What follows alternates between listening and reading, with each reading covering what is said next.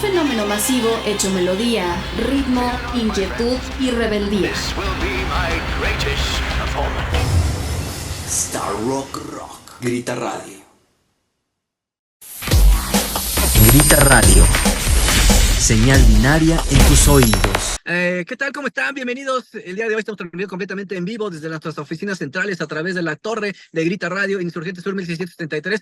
Muy contentos y muy emocionados porque tenemos a un ex integrante de Kiss y obviamente, bueno, estamos platicando con él, vamos a platicar porque viene también a México y bueno, está con Alondra en el apoyo de la locución, está con nosotros Frida y Alondra también en la parte de la producción. Y le damos la bienvenida. Hi, how are you? Welcome to the interview. Be careful driving, okay? Yeah, Alondra, it's make an interview. I just only to connect to you. Okay. Yeah, I will be in the interview. So, how are you, Bruce? Very are you good, excited? thank you. Yes. So you're going to be in Mexico pretty soon, but clearly this will be your first time, and we also hope this will be your last. So you have some incredible shows here in Mexico, especially during your solo tours. What makes performing to Mexican audiences different to the rest of the world? There's something about the Mexican fans that are just, they love Kiss. And I know that many of them, even if they weren't at the show, and I think it was 94 when we went there with the band. They've seen the videos, they've heard of it, and it's an extremely wonderful connection that I think the Mexicans have with Kiss music and with the band. So I'm so proud to be representing my era and coming to perform for them. It's going to be great. Yeah, Mexican fans are always so passionate, and I mean that's what international bands always say. But especially with Kiss, like you say, Kiss was such a phenomenon, and still is. I think you go to every rock bar here in Mexico, and there are posters of Kiss everywhere. Of course. So yeah, was there a particular show in Mexico that stands out for you? Well, I'd have to say probably. I certainly enjoyed the couple times I played at the Kiss Lounge, which is great that there's actually a Kiss theme place, and I'm good friends with the owner there, Kiko, and he's very excited that I'm coming back to Mexico. There was another time I came with Eric Singer and John Corabi, and that was a lot of fun too. But I'd have to say clearly the big show with Kiss during the Monsters of Rock, that always stands out as a really important show, and I'm so happy that we were able to bring that version of the band to Mexico. So how did you experience this reaction and passion from the fans, like the first time you were here? It's just always a thrill. You mentioned, you've heard from many American bands probably that the international crowd is so excited. It certainly gives you a lot of joy. And knowing that it means so much and that you can make them celebrate the music, which is something I'm just so proud of. So I'm very particular and professional about anything I do. I don't like to be, I always want to be at my best, But when you have that kind of a crowd, it helps, make that energy wonderful. It's a two-way street, right? Yeah, of course. You give, and of course you will receive this energy, so you give even more. Yes, yeah, exactly. Yeah, I know what you mean. So speaking of this love and this eagerness of Mexican fans, or maybe just fans in general, have you ever had any encounters or interaction with fans that have made like this impact on you? Have made, what was the last thing you said? An impact on you, like a touching moment or something like that. I have to say that now at one of the times that I played at the Kiss Lounge, there was that meet and greet, and that's when I can have, a couple of minutes with a fan. And I know that there was one guy who he built a replica of one of my guitars, okay, and he really did a good job. And I'm trying to picture the guitar in my mind, but I just know it was a replica of. It could have been the red radioactive or another ESP that I used, but that was a fun moment to connect with him. Looking at the detail that he put into that. Okay. So guitar players are always very passionate about their instruments. And then when someone recreates one, pleasure in that, there's a joy in seeing that. So I do remember that. And any of those people, that I met at the meet and greet. Families would come, and they're just so excited to spend a moment with me, and it always means a lot. Yeah, and like that fan you mentioned, I think it just means more as a guitarist, like the effort he put into doing all of that Yep. just for you. That's Now, crazy. I did want to mention Mexico City meet sold out. Thank you. I realize Mexico City is a larger city than Monterey, but I think at the Monterey there's still some of that meet and greet experience or whatever they call it. They can info on the Mexico site. So I'd like to see that sell out, of course, because I know people regret it if they didn't know they had the opportunity. No, I guess it will be sold out, absolutely. So let's talk a little bit about your inspiration and influences. So when you're writing, what inspires you? What is your creative process like?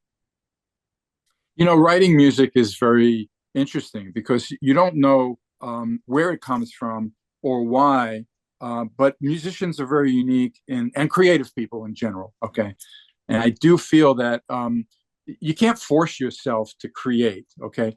But I do find lots of times when I'm testing out a new guitar or I want to try something with a different part of my equipment that I'll just be in a place where I'm just like, maybe just playing without a plan, shall I say. And all of a sudden it's like, oh, that's kind of good. I hear it, you know what I mean? And then you follow the inspiration, whatever it is. Now, there's certainly times that I'm in a mood. I might be sad. I might be really excited. So the music will reflect the whatever the idea is. Yeah, of course. Connects to that. But I do find that I'm, creative sometimes when I'm not trying to be. I'm just trying to like, oh, let me test this. Let me see what this sounds like. And then all of a sudden, something starts to happen. So I'm really, really excited when I can connect to that. It's very special. But again, it's very hard for a musician to explain it. Paul McCartney has said that he dreamt of scrambled eggs, which is yesterday. Okay.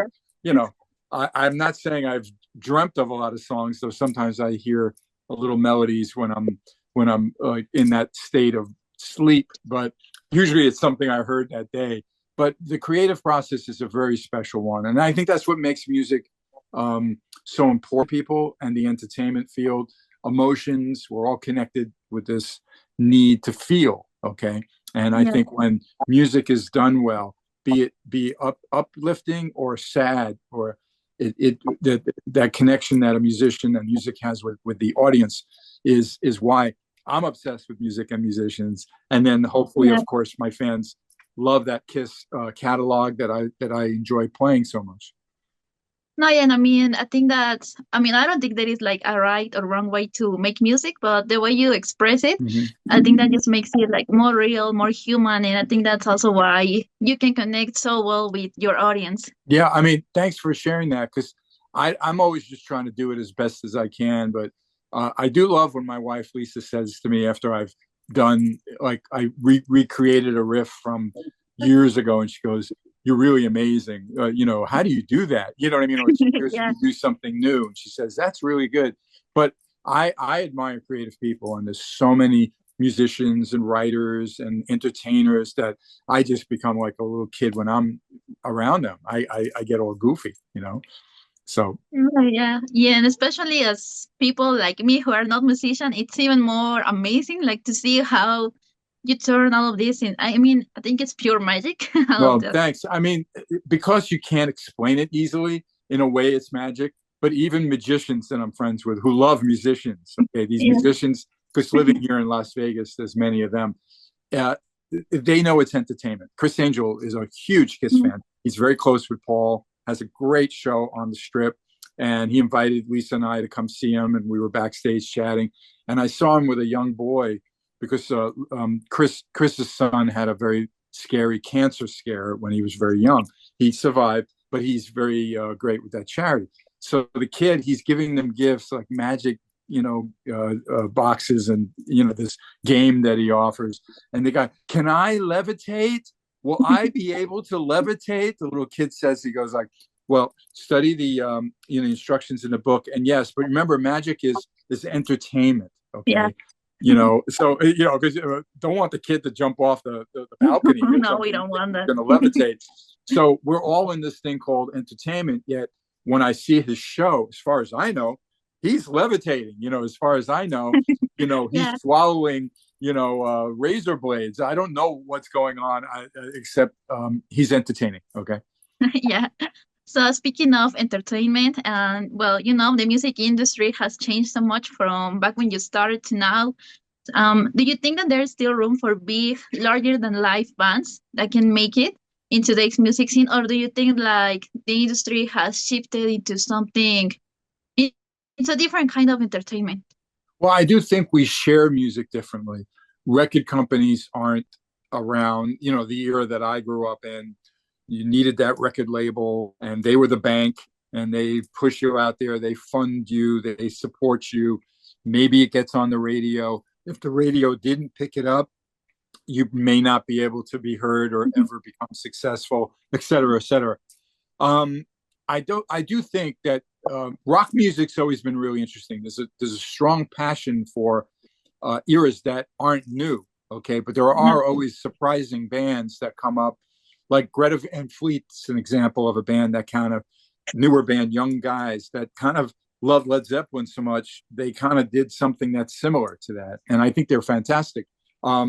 I think there's room on the landscape of music for all kinds of music, although rock is not typically at the top of the charts, unfortunately. But you put on your television as a car commercial and you're going to hear a great rock tune, okay? It's part of our culture. And I do think, though, the way new artists are going to get out there is they're going to be using social media and different tools, to make it or to get their exposure to become famous. Will there be another, Kiss, or could there be another Rolling Stones or Beatles? I don't know, but all I know is I still enjoy all the music from those acts. Yeah, those are great points you make, and I would love to keep talking about all of this, but we have to wrap up this interview. And for my last question, we are doing this time capsule where we're gonna put all these iconic songs that we're gonna open in 100 years, so people from the future can see what music was like. Okay. Which song would you add to this time capsule? Okay. It has to be a song of yours. It should be, right? Yeah. I really think only because it's such a beautiful song and I love my acoustic solo, which is a little different for me. I love it to be Forever. Okay. From the so Forever. We're gonna add that song. So thanks, Bruce. Can you remind our audience your shows? Yes, and thank you. Well, I'm making a special appearance at Rockland on the 20th of November. Rockland's crazy. Okay, all I know is it's like a ton of people playing music, and then on the 21st is when I'll be performing at La Maraca, which is in Mexico City. Please come to that. That will be a full show with it's a whole night of Kiss, because my opening act is my band too. It's Carnival of Kiss, and they're excellent. I've been in touch with those guys for over a year now, and they were always hoping that I would come to Mexico and perform with them. So here we go. So it's a whole night of Kiss at La Maraca. And then there's a travel day the next day to Monterey, and that's when I'll be at Club Iguana. Okay. And same kind of thing where it will be a whole night of Kiss with Carnival of Kiss and myself doing a set of all the songs from my era that you love and a few surprises. So I look forward to seeing my Mexican fans. So please come out and support these two shows as well as the Rockland event. Thank you so much. Bueno, ya lo saben, Bruce va a estar tocando en La Maraca, en Rockland, así que no olviden de comprar sus boletos porque va a estar increíble, no se pueden perder estos shows de esta gran leyenda. Ya saben, consíganlos en Ticketmaster. Y de hecho, también nosotros vamos a regalar boletos, así que estén pendientes a nuestras redes para que no se pierdan de una noche inolvidable con Bruce. Well said. Thank you. All right.